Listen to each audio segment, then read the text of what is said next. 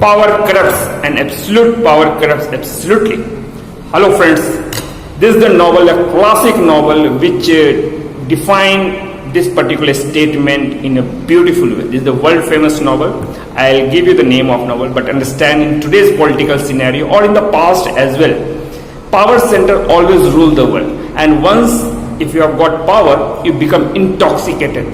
Then the generosity, your dharma for the people go for the toss. What you see and what you seek is just a power. History, we can see Hitler's got the enormous power in the hand and what he did to the entire world. So this is the classic book which will make you understand Animal Farm. ये किताब basically आप देखोगे ये 1945 में लिखी गई George Orwell के द्वारा, and George Orwell had written this book beautifully. इन्होंने सोशलिज्म कैपिटलिज्म के बारे में काफी बढ़िया तरीके से बखूबी तरीके से प्रस्तुत किया।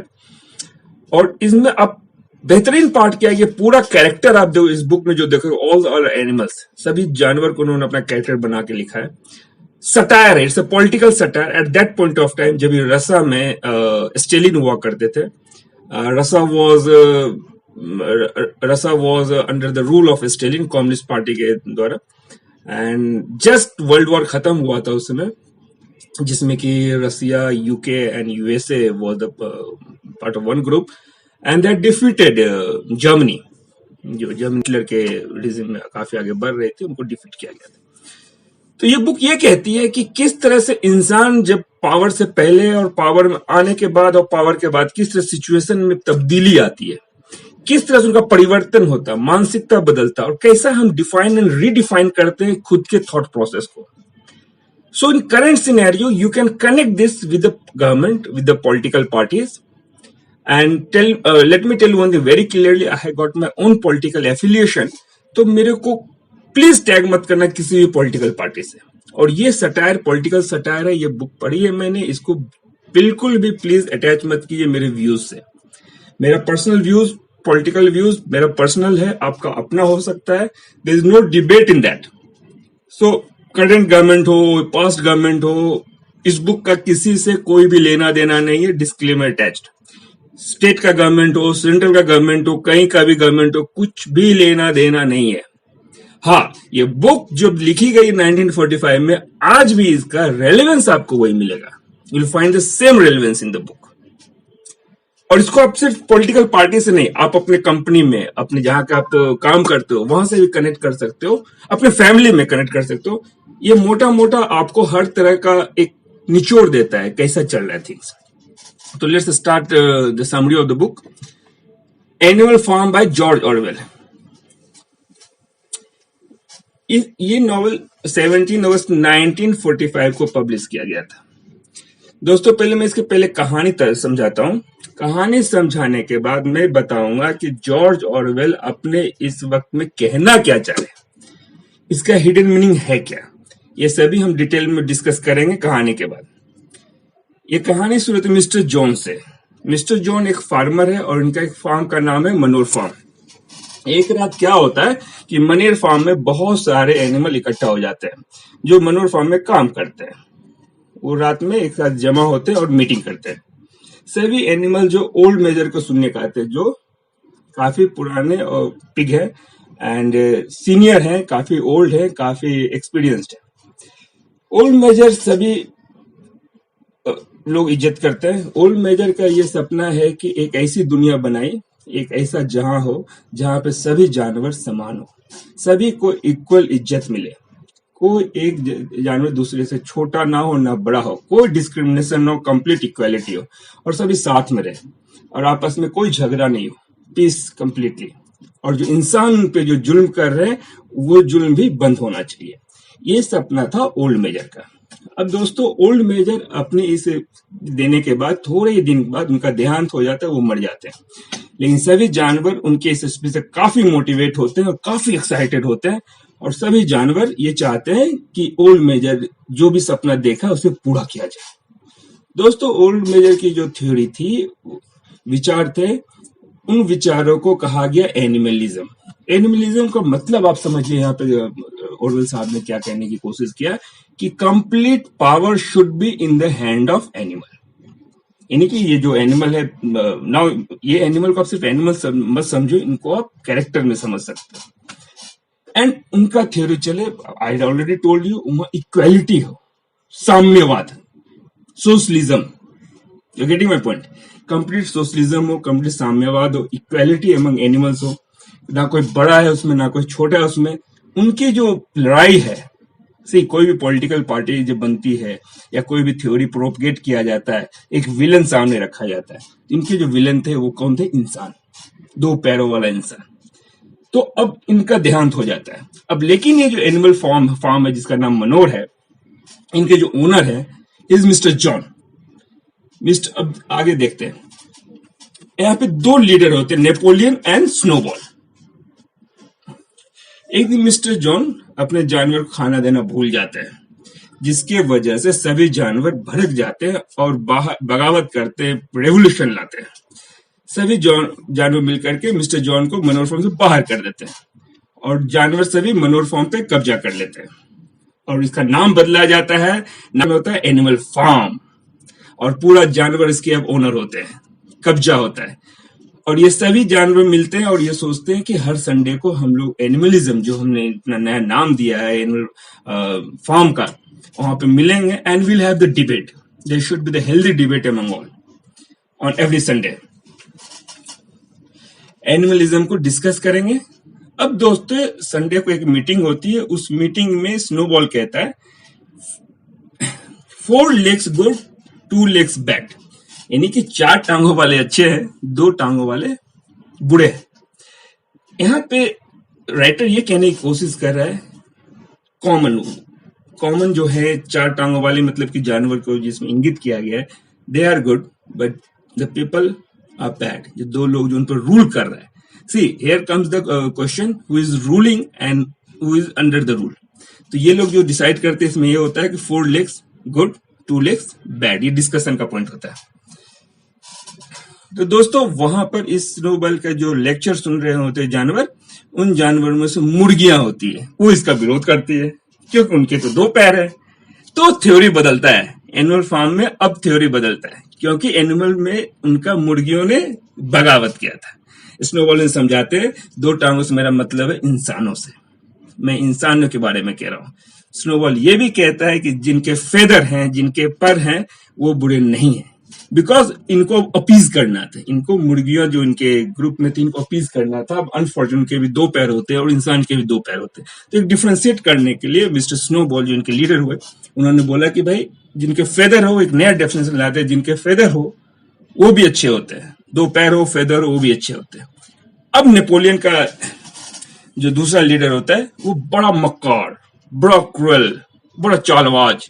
वो चाहता है कि जानवर में भी पिग जो है वो सभी से आगे रहे और पिग को सभी से ज्यादा बेनिफिट मिले। Among the animal also there is now the discrimination started.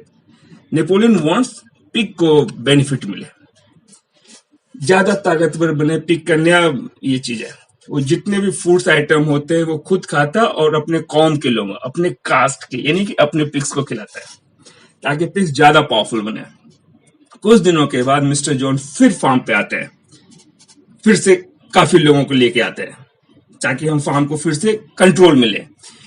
लेकिन स्नोबॉल, नेपोलियन अपनी चालाकी से, पावर से इन्हें हटा देता है, फिर से भगा देता है एंड जानवर जीत जाते हैं। मिस्टर जॉन और जानवर जो लड़ाई होती है उसको कहते हैं the battle of the cowshed. That was a fight between both. Now snowball कहता है कि एनिमल फार्म में एक नया डेवलपमेंट लाना चाहता है, विंड मिल बनाना चाहता है। क्यों बनाना चाहता है विंड मिल? ताकि हमें एक इलेक्ट्रिसिटी मिले, और हमें अगर इलेक्ट्रिसिटी मिलेगी तो हमारा काम भी आसान हो जाएगा और एक डेवलपमेंट प्रोसेस है, development mindset I would say in this way.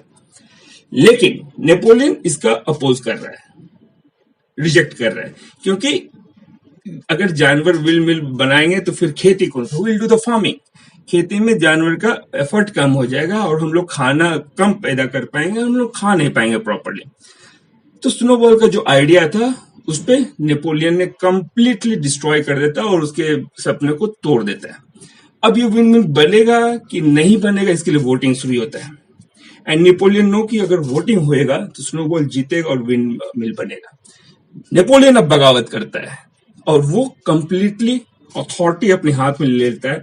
अपने जो भी मक्कार इसे कह लो या उनके जो ग्रुप के लोग हैं उनके सपोर्ट से स्नोबॉल को ये लोग यहाँ से निकाल देते हैं, क्योंकि सभी जानवर जो थे बहुत एक्साइटेड थे विंड मिल के लिए। एक्चुअली देखा जाए स्नोबॉल के साथ जीत गया, अगर स्नोबॉल जीत जाता है तो नेपोलियन की इज्जत एंड रेपुटेशन सभी खराब हो गए। तो इन्होंने जंगली खूंखार कुत्तों को बुलाता है जिनको इन्होंने सपोर्ट किया था या पाल कर रखा था और स्नोबॉल को भगा देता है। अब एनिमल फार्म में जानवर का सिर्फ एक लीडर बचा, नेपोलियन, बेताज बादशाह। नेपोलियन सभी जानवर से कहता है कि आज से कोई भी डिबेट नहीं, नो डिबेट, और वो जानवर से झूठ बोलना शुरू करता है।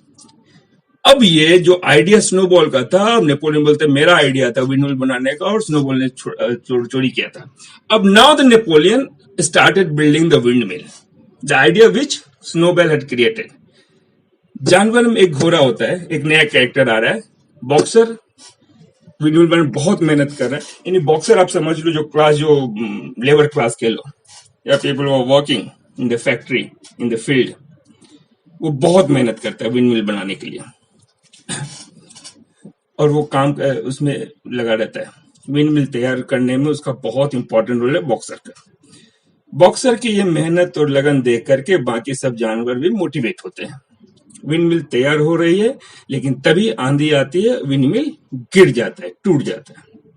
इसके बाद फिर से बनाने की कोशिश की जाती है और वो बन जाता है। अब यहाँ पे नेपोलियन कंप्लीटली डिक्टेटर हो रहा है, तानाशाह। उन्होंने अपने बॉडीगार्ड से रख लिए हैं, काफी स्ट्रॉन्ग जानवर अपने पास रखते हैं और जो लोग उनकी बात नहीं सुनते उनको मरवा दे रहा है। He is killing the people. उनके जितने भी ग्रुप है नेपोलियन का, because of supporting the pigs, तो इंटायर पिग्स ने कार्टेल बना लेता है और वो नेपोलियन के इर्द गिर्द रहते हैं एंड सभी अय्यासी करना शुरू करते हैं। जो भी उनका शुरू से जो उनका सपोर्ट रहा था, पिग्स का सपोर्ट, इस हिसाब से खाना जो भी मिलता था उसका एक बहुत बड़ा हिस्सा पिग्स कंज्यूम करता था और बचा खुचा खाना जो था वो बाकी जानवर खाते थे, जिसकी वजह से पिग्स बहुत मोटे, तगड़े और स्ट्रांग बनते जा रहे थे और बाकी जानवर स्ट्रगल कर रहे थे, दुबला पतला हो रहे थे, कमजोर कर रहे थे। नेपोलियन ने नाउ स्टार्टेड द बिजनेस। ये मुर्गे के अंडे को फॉर्म के बाहर भेजना शुरू कर दिया। इस पे मुर्गियां बहुत नाराज हुई, बहुत गुस्सा किया and again they have revolted against the Napoleon, और नेपोलियन मुर्गियों को मरवा देता है अपने सेम बॉडीगार्ड से। जबकि फार्म हाउस में एक रूल बनाता है कोई जानवर किसी दूसरे को नहीं मारेगा, लेकिन इस रूल का उल्लंघन किया गया और इस रूल को नेपोलियन ने बदला, चेंज किया। नेपोलियन ने कहा कि एक जानवर दूसरे जानवर को मार सकता है अगर कोई वजह हो, बेवजह किसी नहीं मारना, लेकिन वजह हो तो हम उसको मार सकते हैं। यहाँ पे सोचने वाली बात है। अब नेपोलियन फार्म के सभी बिजनेस शुरू कर देते हैं, जो which was prohibited earlier. Napoleon एक फ्रेडरिक नाम के किसान के साथ व्यापार करता है, बिजनेस करता है, उसको लकड़ी बेचता है। फ्रेडरिक उसको बहुत मक्कार है, बहुत चालाक है, उसके साथ धोखा करता है नेपोलियन के साथ। वो बिजनेस में नकली नोट देता है। इसके अलावा फ्रेडरिक अपने साथियों के साथ मिल करके, एनिमल फार्म मिलकर हमला कर देता है। फ्रेडरिक और उसके आदमी विंड मिल को धमाके से उड़ा देता है, लेकिन दोस्तों सभी जानवर फ्रेडरिक और उसके आदमियों को हरा देते हैं। अब ये विंड मिल पूरी तरह से बर्बाद हो जाता है, जो सपना था इनका। लेकिन बॉक्सर, जो मिडिल क्लास और the people of working class, again started working very hard, very tough. Freddy से ट्राई करते करते बॉक्सर काफी जख्मी हो जाता है एंड नेपोलियन बॉक्सर को भी कबाड़ी को बेच देता है, उसको हटा देता है। नेपोलियन पिग क्लिंटन नाम के किसान से उसकी जमीन खरीद लेता है और एनुअल फार्म के बाउंड्रीज को बढ़ा देता है, एक्सपेंशन कर लेता है। एनिमलिज्म थ्योरी में 7 रूल्स बनाया गया था। उन सभी 7 रूल को नेपोलियन ने तोड़ दिया या ट्विस्ट कर दिया, और अब नेपोलियन एंड बाकी लोग 2 पैरों पे चल रहे। जो पिग्स का जो नारा था, 4 legs गुड 2 legs बैड, ये नारा और ये स्लोगन भी चेंज हो जाता है, 4 legs good but 2 legs better. दोस्तों पिग्स ने शराब पीना शुरू कर दिया। नेपोलियन एनुअल फार्म का नाम बदल करके मनोर फार्म कर दिया। It means now again they are adopting the theory of capitalism, monarchist, जो पहले होता था, जो उन पे जो उनको जो रूल करते थे. Now Napoleon have started the rule in the same fashion. पहले इंसानों के द्वारा जुल्म का शिकार थे, अब पिग्स के द्वारा जुल्म का शिकार हो रहे हैं. जानवरों की कंडीशन में कोई सुधार नहीं आती, उनके ऊपर पहले भी जुल्म होता था, आज भी जुल्म हो रहा है. तो दोस्तों ये I am sure you have enjoyed this book, right? Yes, this book tells a lot of things, not about the past, but the relevance is still very much in the present. Be it the democratic government, be it the autocratic government, be it the communist power, be it the socialist government, in all the government you will find power always remain with the resources, the people who is having the large number of purchasing power. Yes, I am talking about all the business class of people. They basically rule the government from behind the scene. And this is just a beautiful phrase, you can say, given to us to feel good factor, like democracy is an institution which is ruled for the people, by the people and of the people. Do you really feel so? Don't you feel you are just getting there and you are just exercising your vote? And are you really selecting the right candidate? Or whom you have selected as a right candidate, they will remain right till the tenure? Don't you think there is a future coalition will happen? The party whom you have rejected will come in the power and they'll rule you? And whether this is not happening in India, is this not happening across the world? Don't you feel China, once named as a communist country, is behaving like a capitalist? More like a dictatorship? So there is only the two class I'll find. There is a rich class and poor class, and the moment poor class reaches to the rich class category, they start enjoying the luxury of power. In this we saw Napoleon, the pig. The moment he got the power, he became the absolute dictator, and he is enjoying the same luxury and comfort for which he had struggled, against which he had started the war. And what happened later?